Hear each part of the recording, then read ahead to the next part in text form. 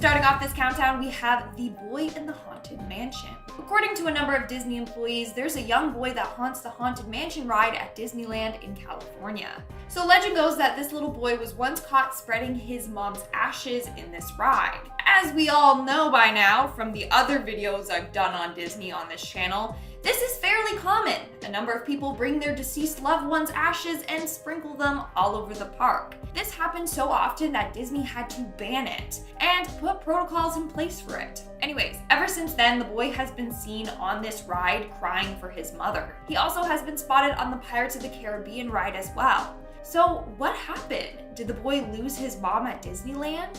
Who knows? But I think it's pretty freaky. Coming in at number 9, we have the Boy in the Haunted Mansion ride ×2. So not only is the Haunted Mansion ride at Disneyland haunted, but the Disney World in Florida is haunted as well. And again, by another little boy. According to a number of employees, they have seen this ghostly little boy riding the ride. In fact, they caught him on camera. So a worker there was taking photos of the ride for the Walt Disney World virtual visit. Upon reviewing the photos, she saw a ghostly little child peeking its head out. Keep in mind, there were no children around when this photo was taken. That is absolutely horrifying. Just looking at that photo gives me the creeps. Moving on to number 8, we have Mr. One Way. Mr. One Way is the name given to the ghost that haunts the Space Mountain ride at Disneyland, California. Mr. One Way is apparently this tall, lumberjack-looking ghost with red hair and a red face. One legend states that this ghost will hang out in the queue for Space Mountain and just stand there silently. Whereas another version says that he actually will get on the ride only with a single rider, but then disappear before the ride ever finishes. One worker claims that they actually got proof of Mr. One Way on camera. Surveillance footage shows a ghostly figure in an empty seat as the ride takes off. And according to the man beside the empty seat, he was talking to a man 5 minutes prior to the ride. At the end of the ride, the man was gone. So he was concerned and talked to a Disney employee, and they said that there never was a man beside him. And then they told him the story of Mr. One Way. And then looking at the footage, they saw the creepy outline of Mr. One Way. No thanks. I'm never going on that ride ever again. Coming in at number 7 today, we have Disco Debbie. This is another ghost that haunts the Space Mountain ride. Like, out of all the rides, why haunt that one?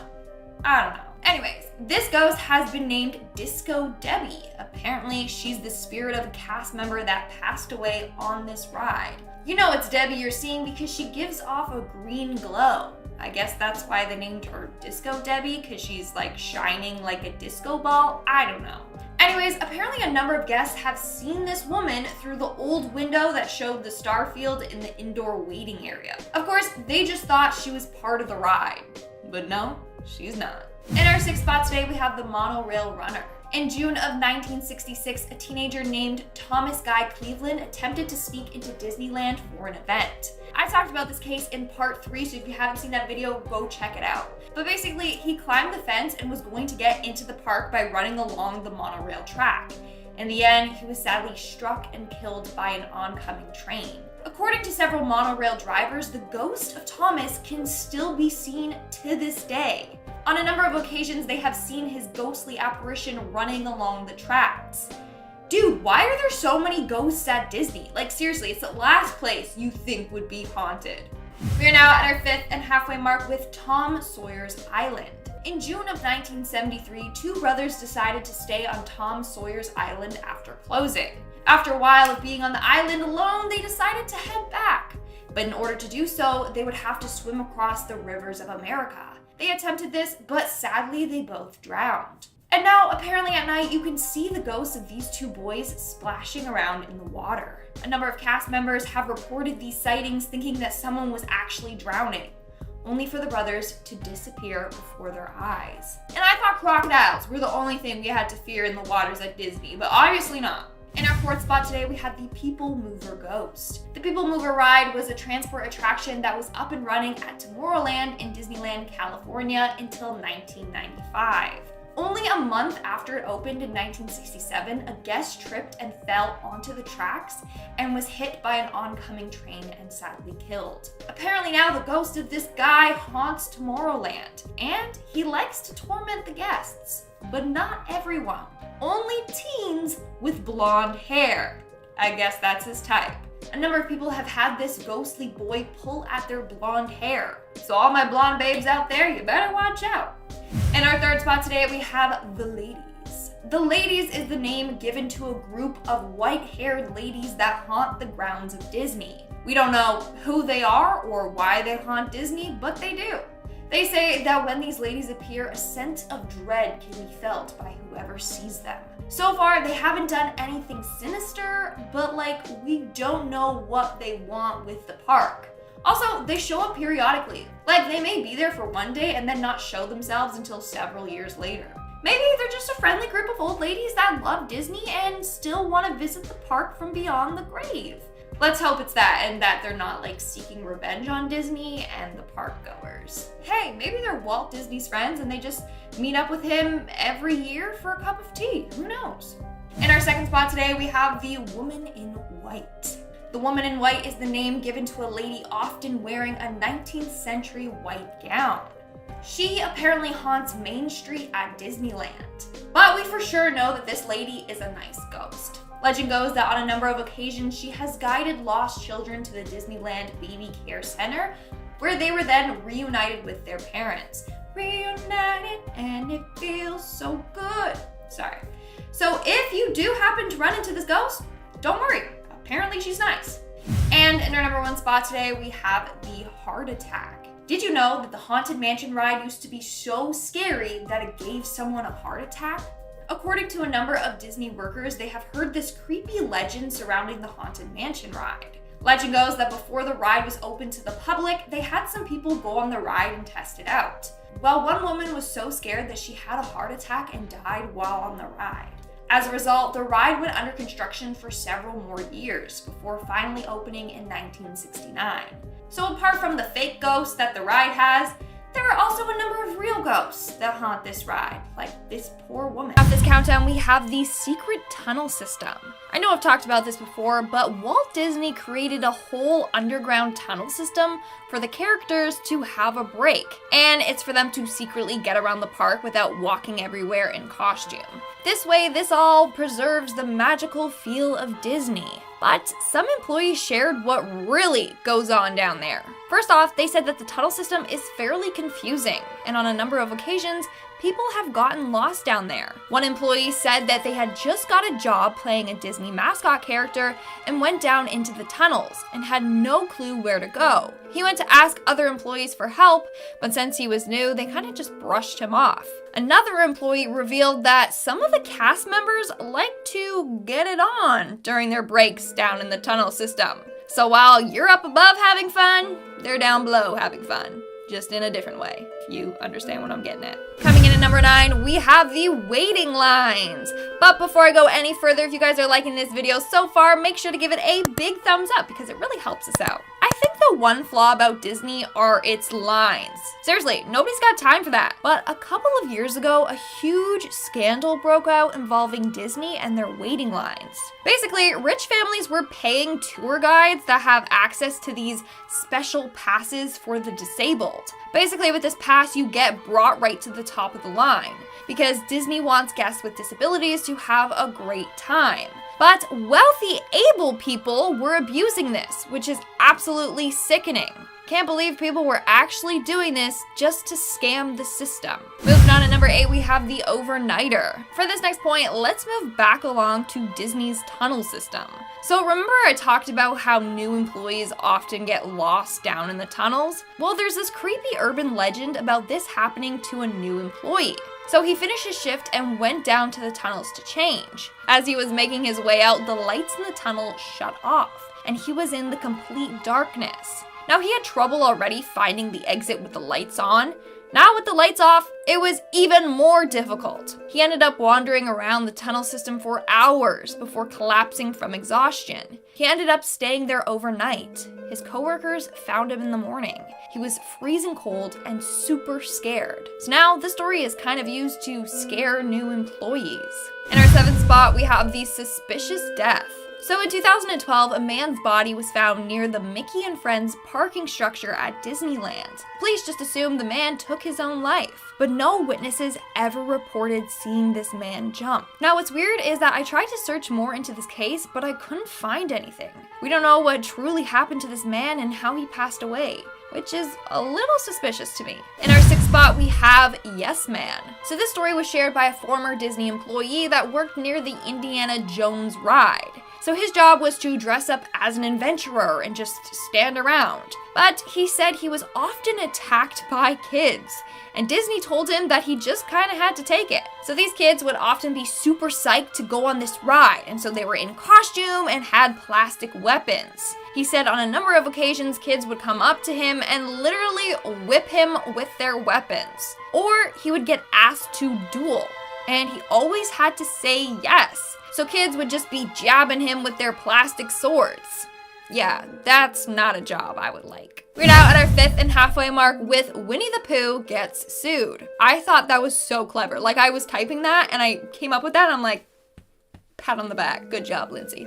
Anyway, in 1978, a guest at the park sued Disney and a cast member, claiming that the cast member playing Winnie the Pooh slapped their daughter. In 1981, their case was brought to court, and the cast member showed up in the Winnie the Pooh costume. He argued that their daughter was tugging on his costume, he turned around and accidentally knocked her over. And then in court, he proceeded to show the jury his costume's arms, saying it's not even physically possible for him to do that in the first place, you know, with his little limited movement. In the end, Disney ended up winning, but still, what a wild day at court. And I love how he showed up in costume. Coming in at number 4, we have the Deadly Ride. On June 26, 2007, a female guest passed away on the Rock and Roller Coaster avec Aerosmith ride at Disneyland Paris. After the ride was done, people noticed her unconscious.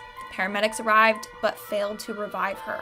Sadly, she passed away. Now, in articles, it said that the ride wasn't going to reopen until they found out how and why she passed. But there's no follow-up articles outlining what went wrong on the ride. And it's not like she was 80 years old and had health conditions. No, she was fairly young.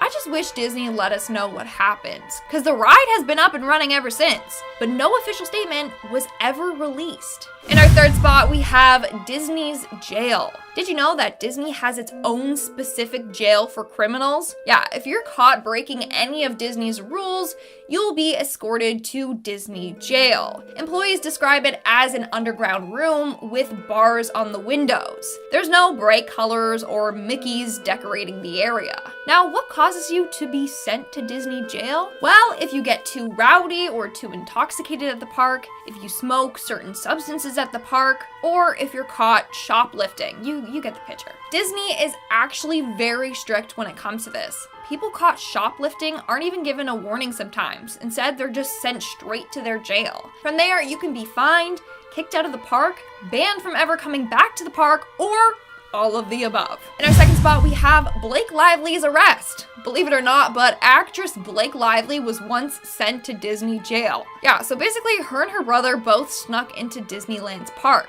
What they did is put hairspray on the stamps of somebody that came out of the park and then put their hands together, and that transferred the stamp. Then they got to go in the park for free.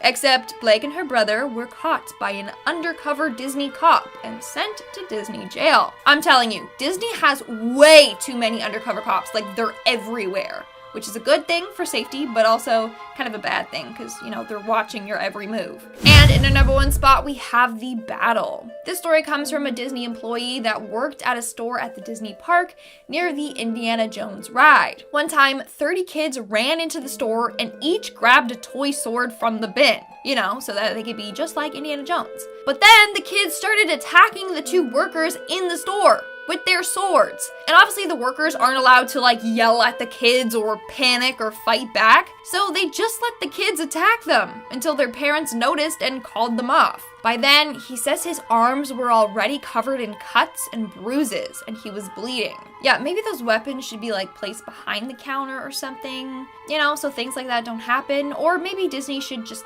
have a better policy, I don't know. Starting off this countdown, we have the Lifeguards. So I came across this TikTok and apparently he used to be a lifeguard at Disney. This is what Disney throws in the water to test their lifeguards. But what they don't tell you is that the lifeguards are told that they have to be constantly watching the water as if somebody's purposely trying to drown their child, because people apparently do that. Disney noticed that people would go there to drown their children on purpose so that they could sue Disney and they could get rid of their child at the same time. So Disney lifeguards are trained to look for that. That is absolutely horrifying if he's telling the truth. It must be super stressful being a lifeguard at Disney. Like, their water parks and wave pools are always packed. It's so sad if that has actually happened. In our 9th spot, we have the deaths. And if you guys are liking this video so far, then make sure to give it a big thumbs up. You know the drill, because it really helps us out. Also, if you haven't already, go check out the other parts of the series. So Disney is very, very protective of its image.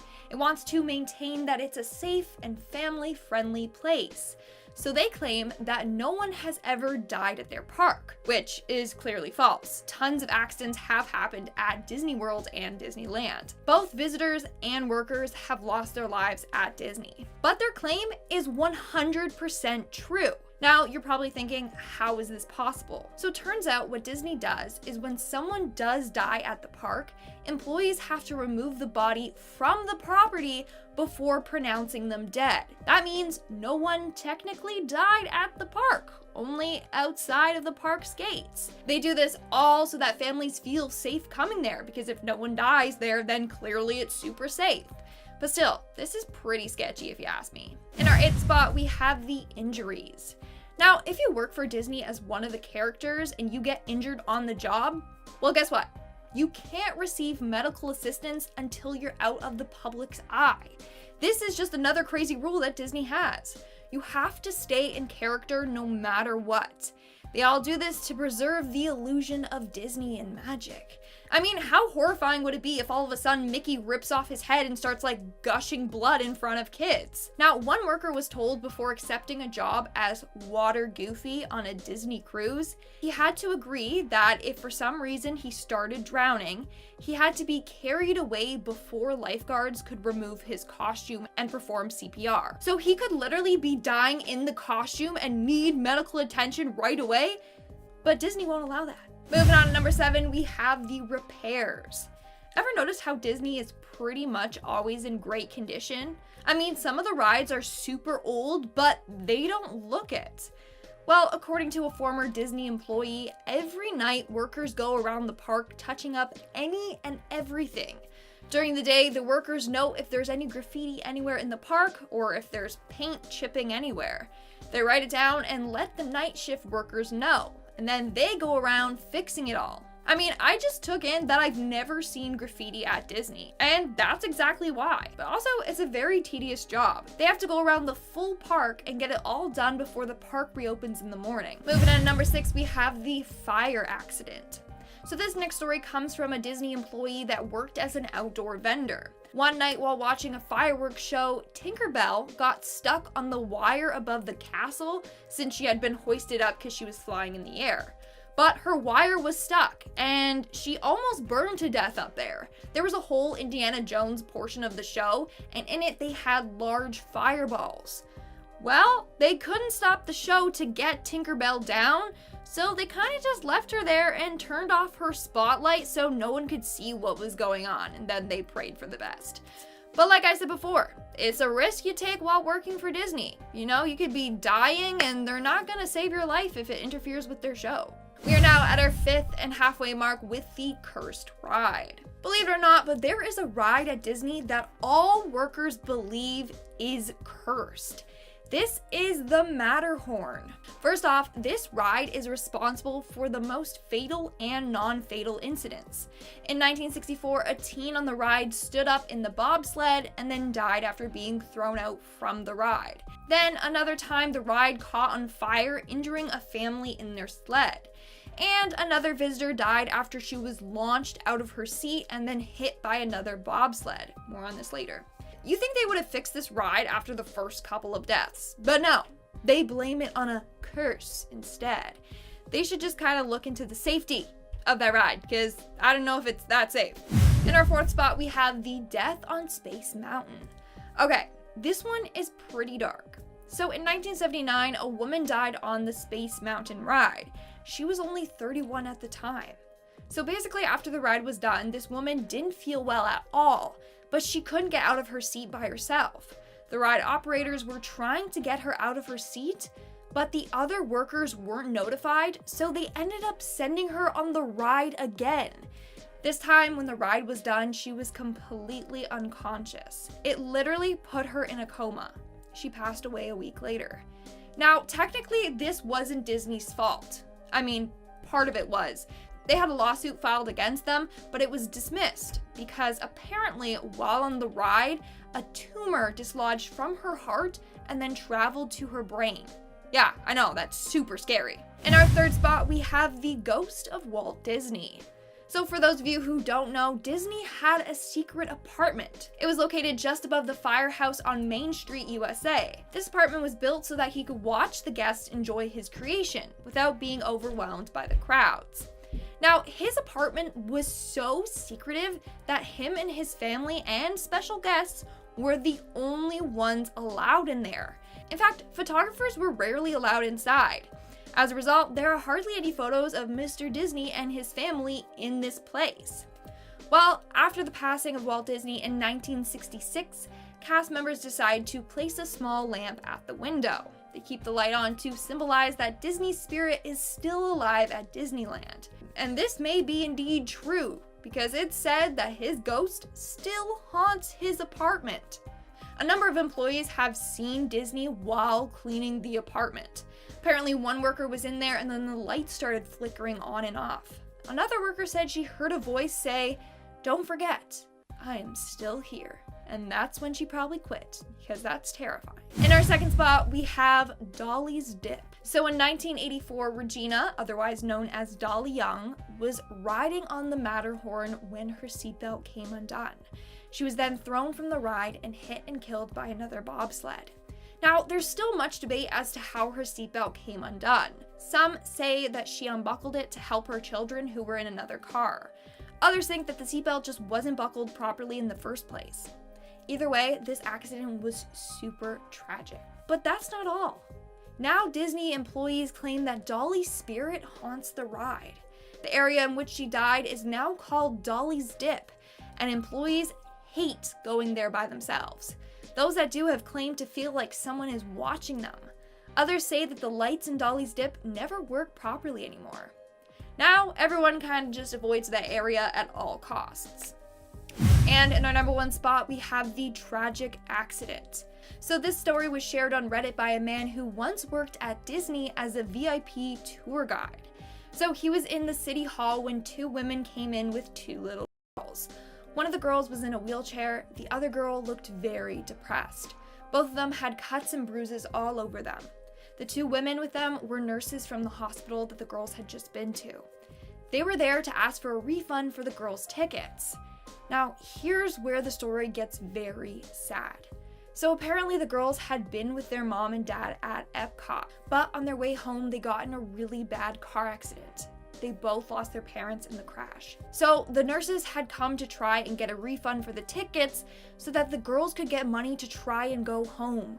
Now, how dark is that? That's extremely sad. Number 10, fake it till you make it. Disney is often referred to as the happiest place on earth. A pretty big claim, but in their efforts to keep the park so positive, they have a few tricks up their sleeves. If you've been to Disney and skipped out on a ride due to the long wait time listed, you may want to reconsider next time. Disney uses the trick of overestimating wait time so you'll think you waited less than you were supposed to. This keeps guests in line happier for longer. Another thing that may seem totally normal are the American flags located all over the park. The flags located within Disney are often missing one of the stars or stripes. Why would they do this? Well, by omitting something from the original flag, it means they don't have to follow standard American flag regulations, like flying them at half-mast at certain times. I mean, that's pretty smart. It's never a happy thing when a flag is at half-mast, so it's fitting they would try to avoid having to do that. When they say Disney is very detail-oriented, they aren't kidding. The last thing I'll mention that may seem real but is really just the park making the rides seem crazier than they are is their use of dramatic effects. If you walk past the Twilight Zone or Tower of Terror, you'll hear a lot of screaming. Some of those screams are real, but some are apparently fake and being played through the speakers to entice more guests to go in. Also, the boats at Splash Mountain don't actually cause such a big splash. There are cannons at the end of the drop that make the huge splashes of water. Real or fake, if it makes the day more fun, I'll take it. Number 9. Underground tunnels. The rumors are true. There is an entire tunnel system under the park. By the time you reach the entrance of the Magic Kingdom, you probably won't even notice that you've been walking up a slight incline ever since getting off the monorail or ferry. By the time you reach the iconic castle, you'll have already reached the 3rd floor level. Rumor has it the reason they created the underground tunnel system is because of Walt Disney himself. Walt was wandering through Tomorrowland in Disneyland as a staff member dressed as a cowboy walked by him on his way to his position at Frontierland. One look told Disney that a cowboy dressed in a checkered shirt, bandana, and cowboy boots twirling a 6-shooter looked totally out of place in Tomorrowland. Walt didn't want anything to distract visitors from their magical experience, like an old cowboy walking through the future, so when it came time for Disney World in Florida, they planned for the underground world. Due to Florida's high water table, digging out a basement was out of the question, so Disney improvised by building the tunnels at ground level and creating the world right on top. A former employee said, "Under the Magic Kingdom, there are tons of underground tunnels. I could pop up almost anywhere in the park I wanted. Epcot has a tunnel underneath as well." Say what you will about Walt, but he really was dedicated to keeping the illusion alive. Number 8. No breaking character. I think we all know by now that Disney really wants to keep the illusion alive at all times. Having said that, have you ever thought about how the characters who have to wear suits all day don't get super hot? Well, the short answer is they do, but it doesn't matter. Staff members who have to wear large costumes, which I would imagine get pretty stuffy, have to simply ignore the heat and get on with it no matter what. One Reddit user shared a story and said, "A scuba instructor I had once told me that he applied for the job as Water Goofy on a Disney cruise. Water Goofy is simply Goofy who hangs out by the pool. But before he could accept the job, the scuba instructor had to agree that in the event he started drowning, he had to be carried away before lifeguards remove his costume. You know, so they don't upset the children. CPR would not be performed on scene." I mean, I understand no breaking character, but come on, I really think that in this situation, a few upset children would be worth saving the person's life. But hey, Disney doesn't mess around. The rule goes for employees at parks as well. If you're too hot or dying, do it somewhere else. Luckily, each character is always accompanied by a supervisor that helps them know where they need to go and when. So if things were really getting serious, the supervisor is there to help out. At number 7. Too many gators. Walt Disney World is located in Orlando, Florida. One thing Florida is known for is their alligators. While Disney does pull out all the stops in order to keep the park magical, they have had their fair share of run-ins with gators. In 2016, a 2-year-old boy passed away at the Seven Seas Lagoon due to an alligator. Since then, more than 200 alligators have been removed from the parks. The company has worked with trappers contracted through the Florida Fish and Wildlife Conservation Commission to remove the gators. Most of the pests taken from Disney are euthanized and sold for their hide and meat. Some are also transferred to alligator farms, animal exhibits, and zoos. After the incident in 2016, Disney installed a wall and put up reptile warning signs along waterways throughout the resort. It would definitely take you out of the magic of Disney if you spot a large gator in the water, but they now have a trapper on hand and take care of any sightings. It is Florida, so there really isn't much more the park can do except keep an eye and be proactive. To be considered a nuisance within the statewide nuisance alligator program, an alligator must be at least 4 feet long and pose a threat to people, pets, and/or property. Not long ago, guests spotted a live alligator at Magic Kingdom. Disney can train their performers and dress them to the nines and make all the illusions as real as can be, but the only thing they struggle with is those gators. Unfortunately, even if you are at Disney World, you're still in Florida.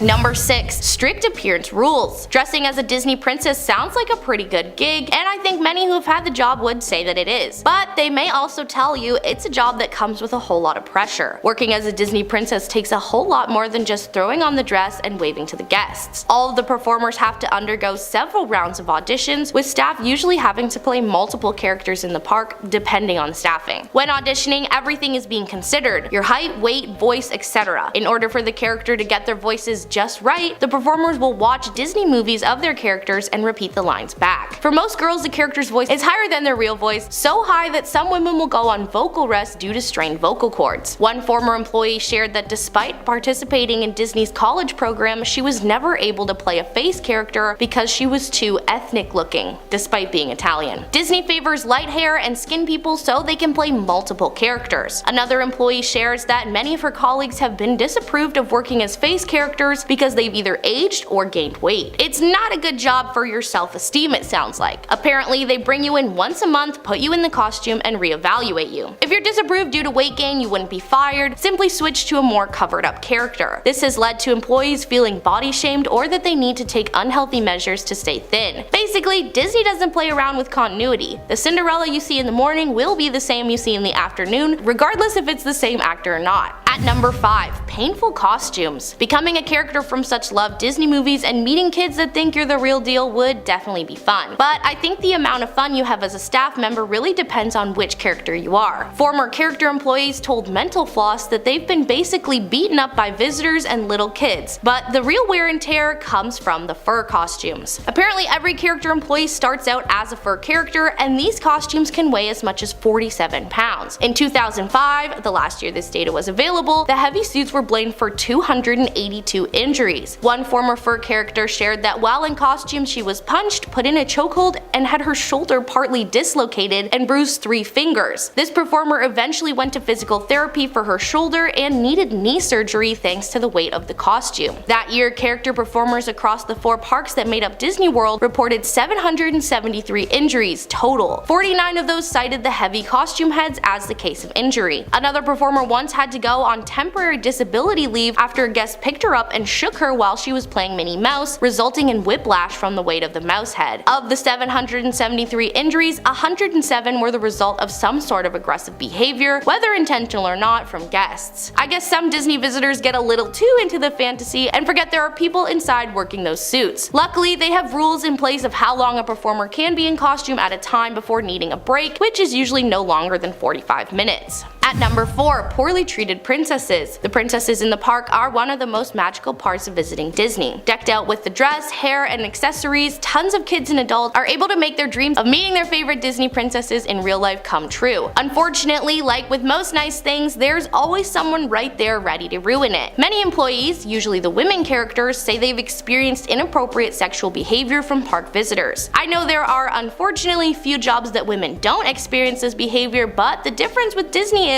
they can't break character. Reddit user Little Bones wrote, "I was a Tinkerbell performer for Walt Disney World about 3 years ago, and I can't count how many times people would ask me what's under my dress or tried to touch me. I would always shame them to my photo pass attendant, their families, and the people in line by loudly exclaiming, 'You want to know what's under my dress? Well, there's pixie dust, of course,' or 'This man's a pirate, he's trying to reach the pixie dust that I keep under my dress,' and they'd walk away in shame like the creepy a-holes they are. It's pretty scary that they can't do much about the harassment, but it's even more scary that there are people at a place full of children sexualizing and literally touching a fictional character made for kids. It may be where dreams come true, but even Disney can't weed out all the creeps at the door." Number 3. Shared undies. Alright, this one is seriously my least favorite thing I learned about Disney when making this video. Aside from the fabulous park, action-packed rides, and all the snacks your Disney heart could want, one of the best part about the park is the opportunity to meet your favorite characters in person. Disney cast members go above and beyond to ensure guests visiting the park are experiencing the magic. Well, back in the day, according to reports, Disneyland used to force cast members to share underwear as a part of the costume for work. Ew. The report stated that cast members inside the costumes had to wear regulation company-issued underwear. If you were to wear your own, you would create a visible line that the guests could see. So instead of just giving the cast members their own pack of the proper undies to take home at the end of each shift, employees had to hand in their underwear for washing. This was the way for a while, but the washing of the underwear was so bad they had to stop using the system in 2001. The report said when they started receiving dirty and smelly underwear at the start of their shifts and contracting nasty conditions like pubic lice and scabies, people started to suspect that the underwear garments weren't actually being washed very well.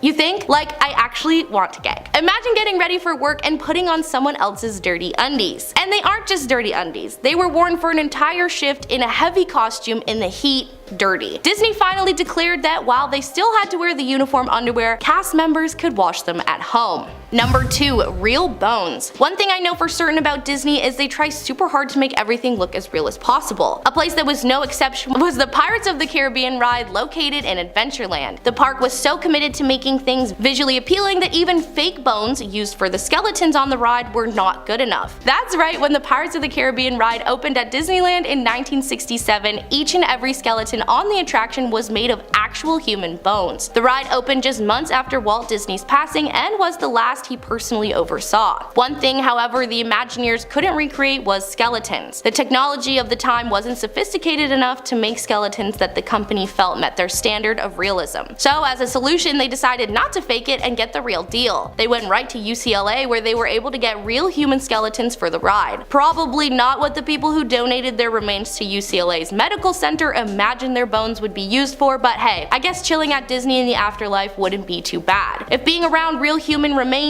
gives you the creeps, don't worry because they didn't last forever. Eventually, as fake skeletons and technology improved, a new generation of Imagineers were able to replace the real ones. After being replaced, the real remains were later returned to their countries of origin and given a proper burial. Today, Disneyland says there are no longer any human remains on the ride. That being said, some people are still unconvinced. Jason Petros of Ears Up Disney podcast has a blog post detailing where he believes there are 4 remaining instances of, well, remains. I can't see why they wouldn't remove all the old bones, but hey, you never know, Disney does love its Easter eggs. And at number 1, spreading ashes at Haunted Mansion. The Haunted Mansion is one of Disney's most famous attractions, located in Liberty Square at Magic Kingdom Park. While it is called the Haunted Mansion, it's not actually haunted, and they keep the scare factor pretty mild. That being said, the mansion does hold a pretty haunted secret. Apparently, a lot of people like to scatter the ashes of their loved ones at the park, but more specifically inside the Haunted Mansion. I mean, if you're gonna spread ashes at Disney, the Haunted Mansion does seem like a pretty fitting place. It sounds a bit wild, but in 2018 a report by Wall Street Journal confirmed this fact and even stated that custodians at the park use code words to tackle said problem. HEPA cleanup is used, named after the special vacuum filter needed to suck up very fine particles like ashes and their residue. A story about the Haunted Mansion ride states that people believe that by scattering the ashes on the ride, they join the ghosts and live in the theme park forever. Considering Disney is referred to as the happiest place on earth, I understand why some people would have their wish to be scattered there. However, every time someone sneaks ashes into the park, whether it be in medicine bottles, purses, or makeup compacts, without proper permission, it violates the health and safety code and they have to shut down the park because of it. One Disney custodian told the Wall Street Journal, "The Haunted Mansion probably has so much human ashes in it that it's not even funny." Yikes. The Haunted Mansion may not have been haunted when it first opened, but at this point, it just might be. That was the top 10 dark secrets Disney employees are hiding from you. I have been your host, Maddie, and I will catch you later.